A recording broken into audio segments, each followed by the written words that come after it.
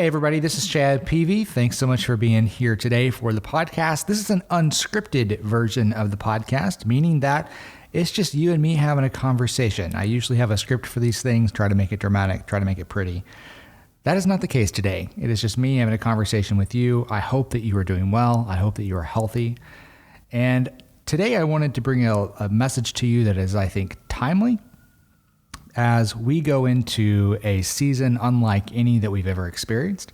And so if you or someone that you love is the kind of person that has to really work at having really good mental health, I'm definitely one of those people, then I think it's important for us to bring attention and awareness to the clock and the calendar.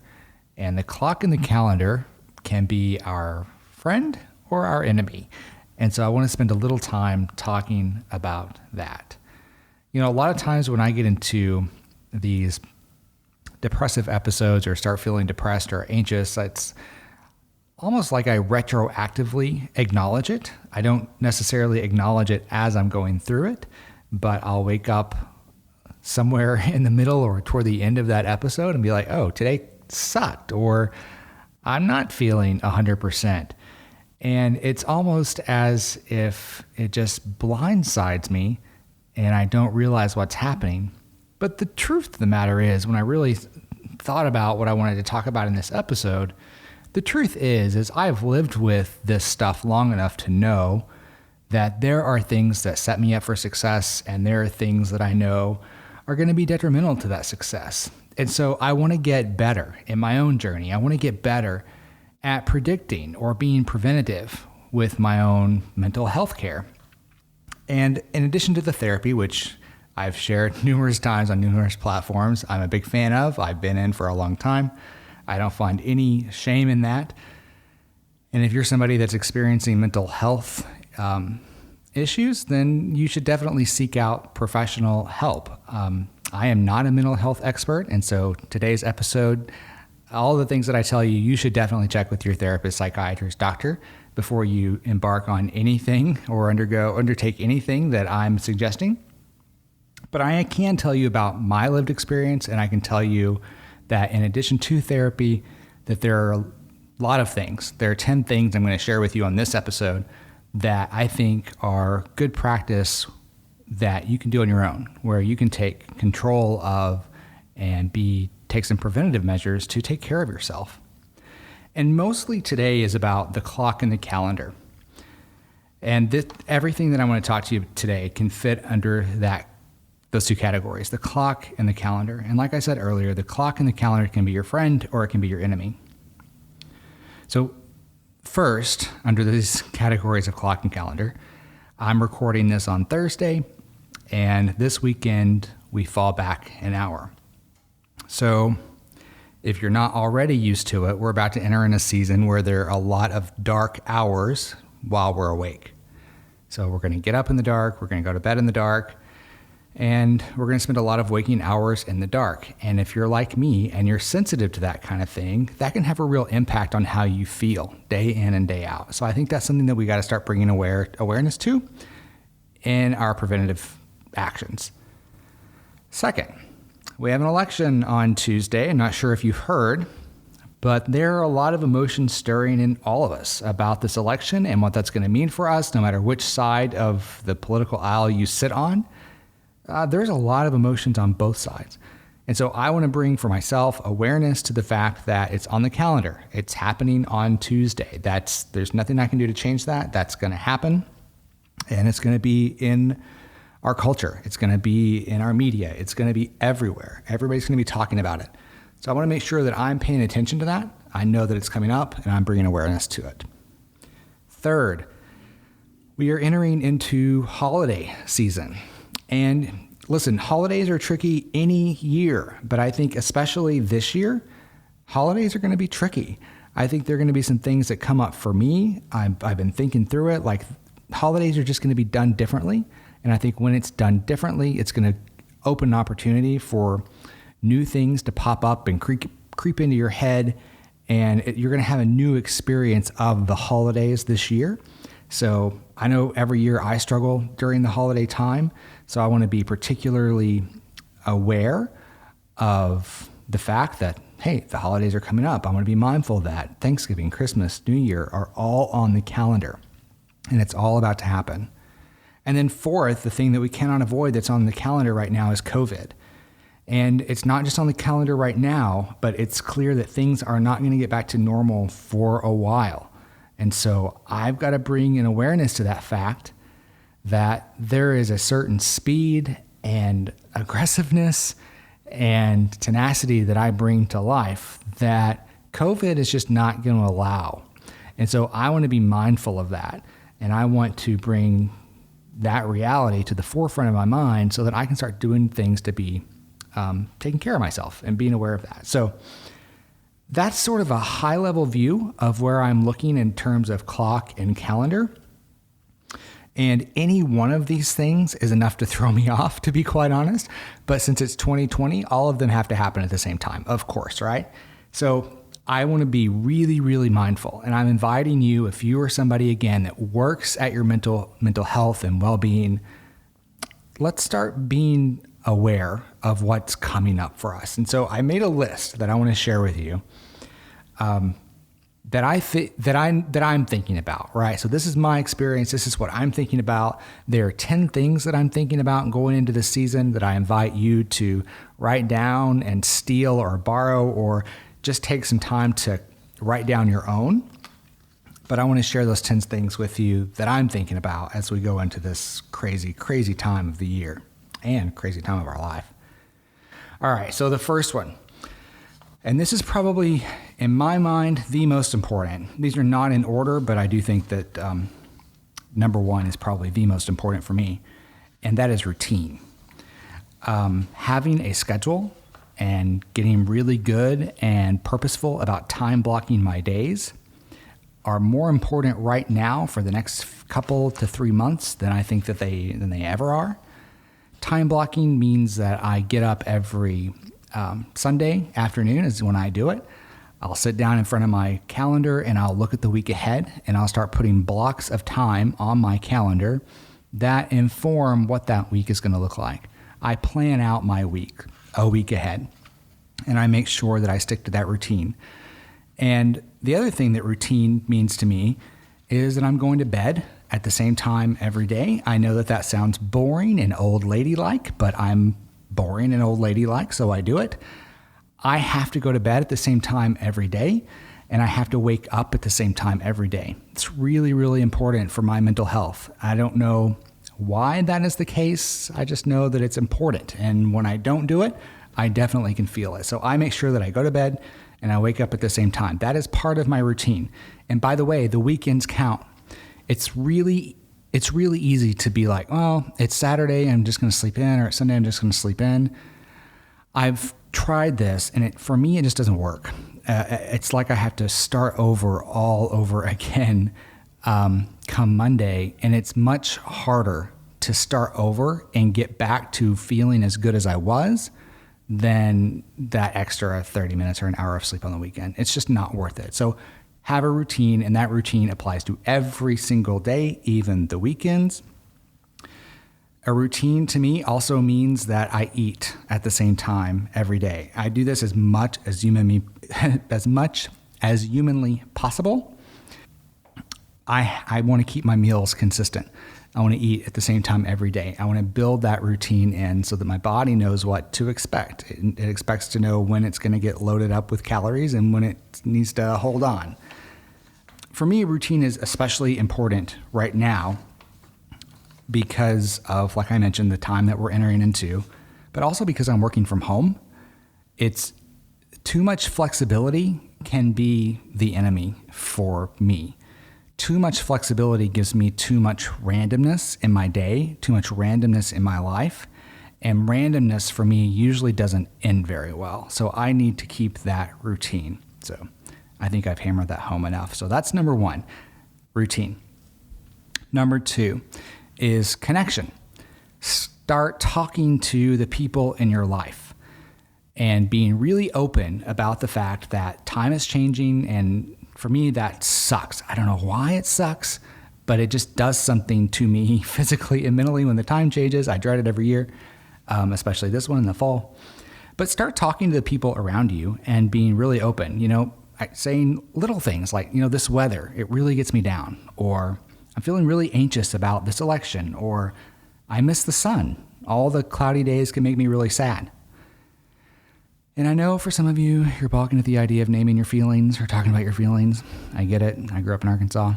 However, if you will just bring attention and focus and name the feelings, I don't know why it works, but you'll get through them much faster. It's like you can just process it and move on. If you don't and you just hang on to it, it's like it just sits there and reminds you, sad, sad, sad, sad. Just freaking say I'm sad, right? The clouds make me sad. But just put a name to it and it will help you process it quicker. At least it does for me, and it helps you come out the other end. This is one of those things like I don't know how light bulbs work. I don't know how the room gets lit up. I don't know what the process is when I hit the switch and the light comes on. I just know if I hit the switch, the light comes on. And that's really all I need to know, right?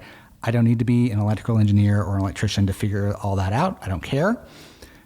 I just need to know that it works. And this is how it is with talking to other people and talking about how I'm feeling and just letting other people know how I'm feeling. I don't know why it works. It just works. So give it a shot. The other thing that I would say under connection is tell the people in your life what you need. So just the other day, I told Pasha, we were watching this thing on Netflix called Queen's Gambit. If you've not watched it, it's one of the better Netflix originals, in my opinion. And so I'm loving it. I dig it. And I try to be in bed, actually trying to go to sleep by 10 o'clock every night.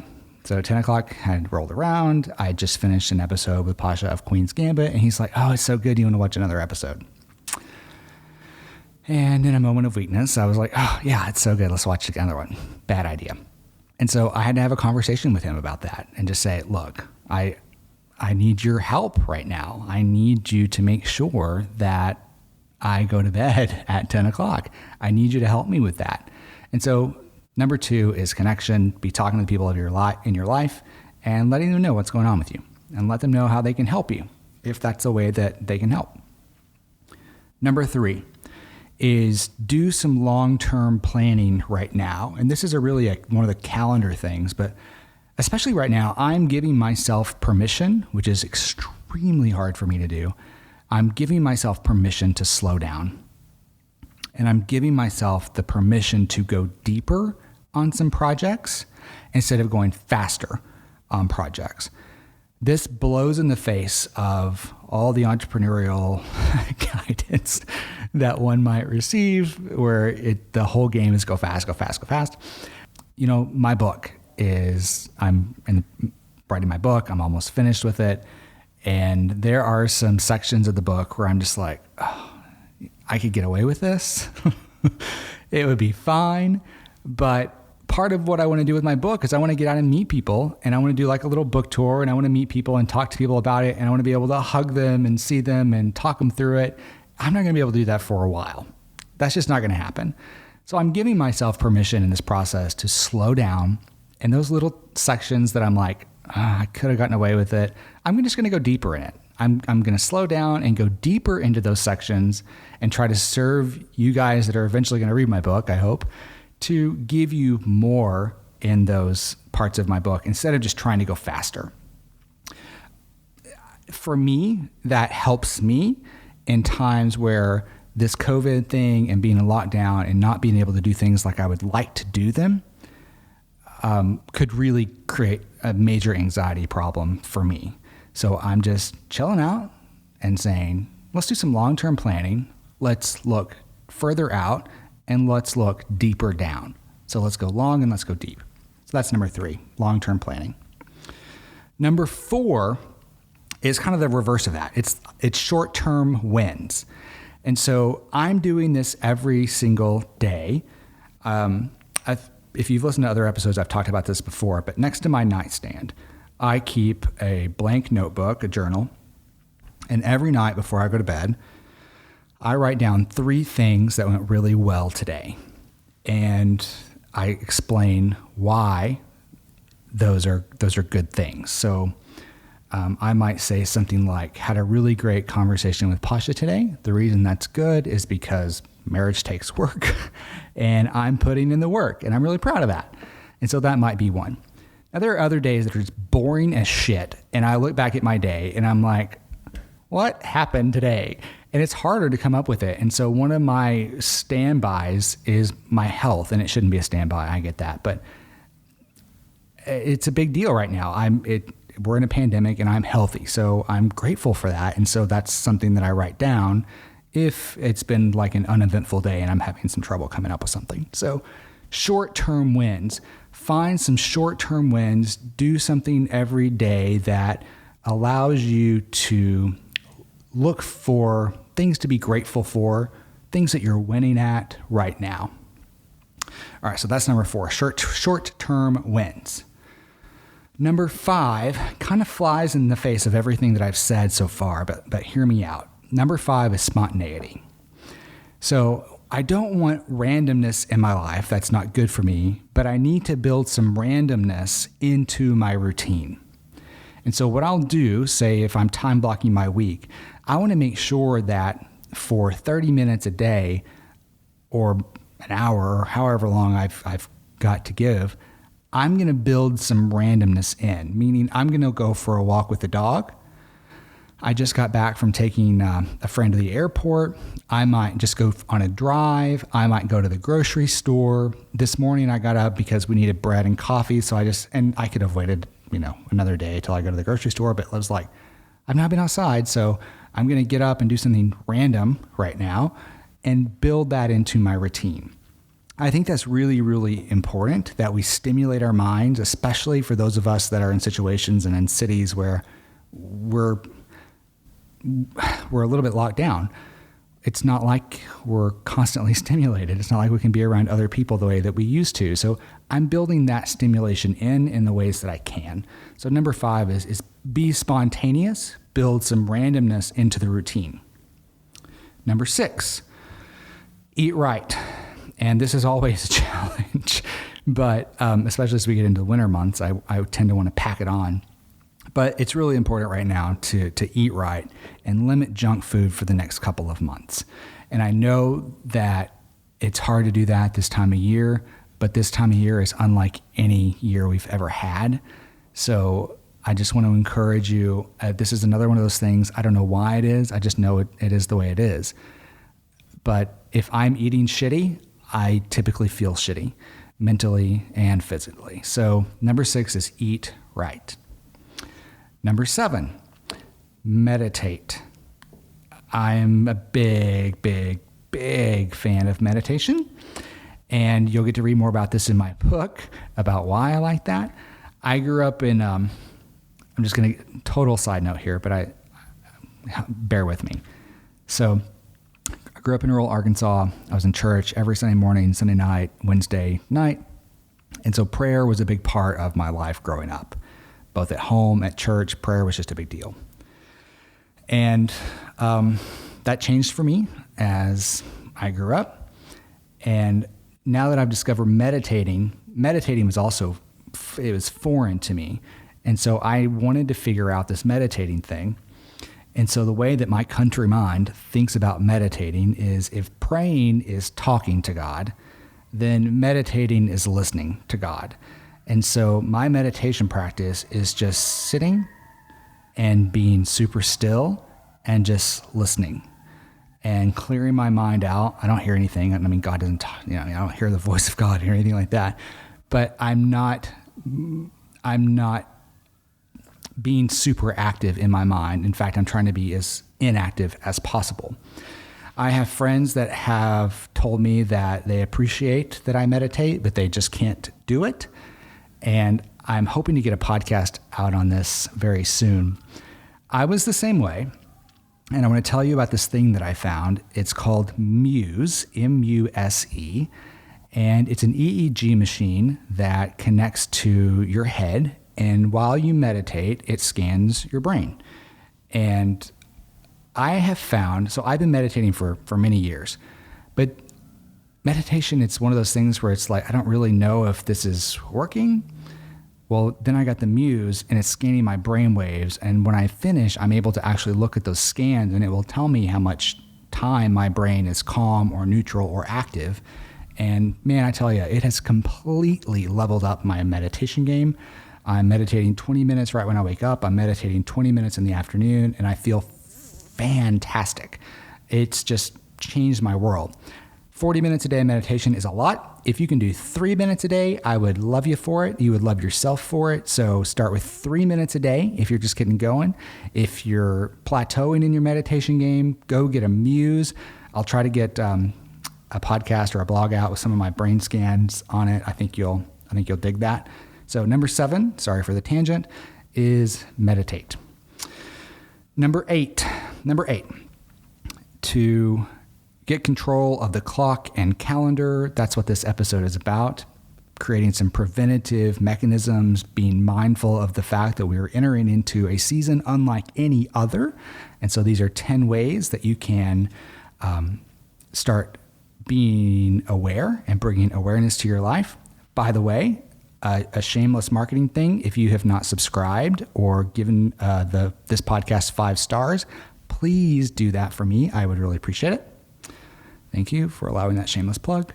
All right, number 8 of these ways to bring some preventative action to our mental well-being for this season of our life is decisions.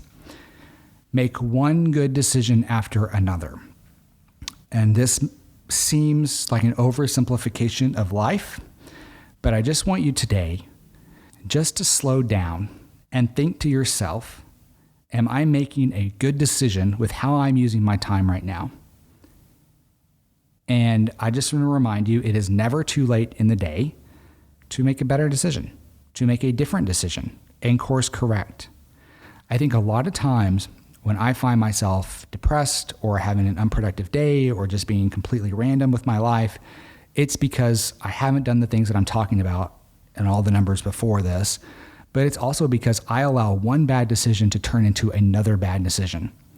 So just slow down and think about every decision that you're making, and is it a decision that's going to serve you and help you feel good and feel alive and be productive and have energy, or is it going to take you the other way? So I don't know about you, but this is my first pandemic and I'm just figuring this shit out, right? And it's hard. It's really, really hard. But I can just slow myself down and be like, all right, one good decision at a time, and just go through my day like that. Now, some days are going to be, it's just going to cascade. I had one of those days last Tuesday where it was just like, it's actually started the night before when I watched that extra episode of Queen's Gambit, which is why I had to have that conversation with Pasha.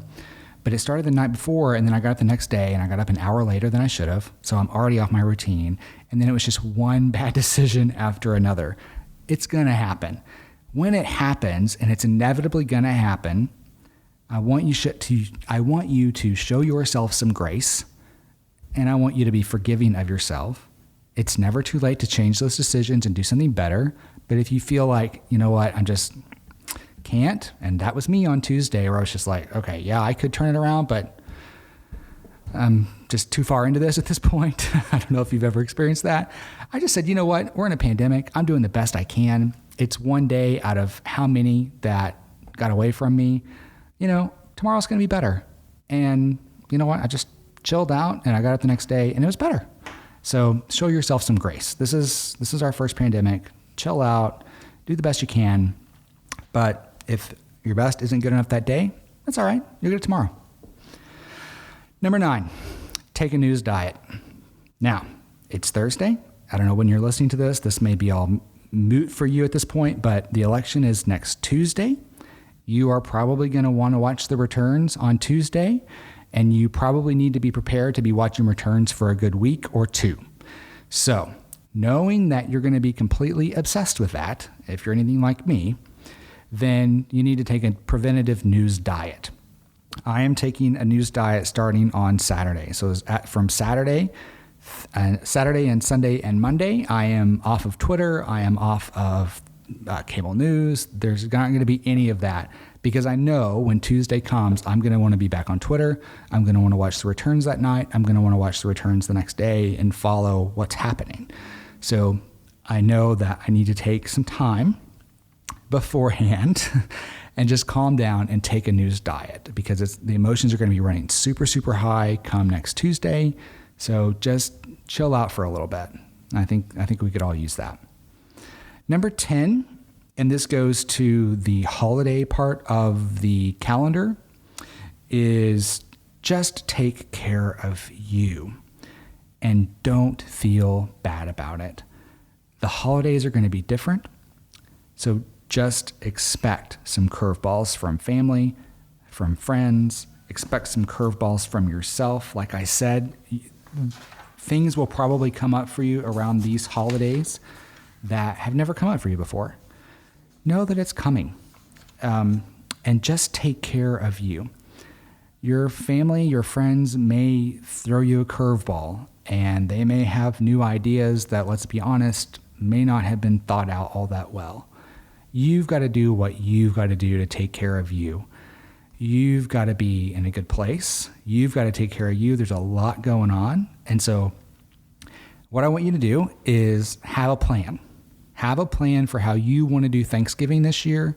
Have a plan for how you want to do Christmas, and have a plan for how you want to do New Year's in a way that makes you feel good, in a way that makes you feel safe, in a way that makes you feel comfortable for you, and you're able to take care of yourself and your family.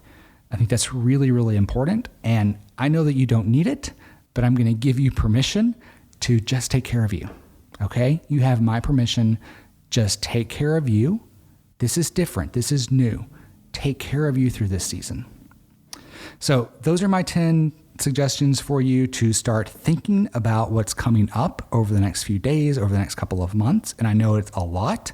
So what I would like for you to do is just give yourself maybe 20 minutes today and figure out these plans. Figure out what's going to work for you. Figure out what you need and write those things down, and just know that you've got a plan to take care of yourself.